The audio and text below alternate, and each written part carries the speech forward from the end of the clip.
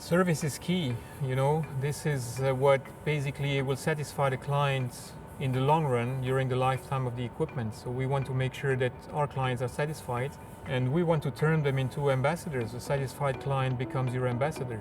So nowadays, a lot of equipment is very sensitive to the quality of the power, whether you talk about computers or sensitive machinery in factories, and we guarantee that you get that quality power to your equipment. So the Kinetic PowerPack system is designed to run continuously, 24 hours a day, all days of the year, for a period of at least 10 years. Now the 10-year mark is when you want to do an overhaul, so basically to give a new, fresh life to the units, you bring them back to the factory. So we provide a whole range of services to our clients. It starts from trainings in the factory, trainings on site. We give them also preventive maintenance support during the operations, all the way to the overhaul and reman once the equipment needs to go for an overhaul after the first life cycle is reached.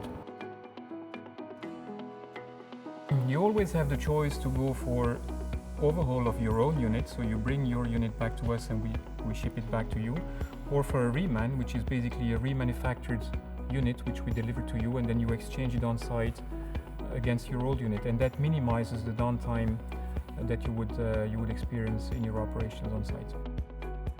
So being part of Rolls-Royce Power System now is a big opportunity for us and for our clients, because it gives us such a huge platform all over the world to support the clients very close by.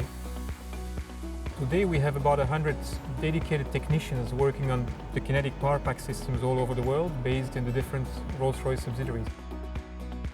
Having this presence in so many countries around the world gives us really a close reach to our clients. It enables us to be very close to the clients and to make sure that we can satisfy them in a very short time.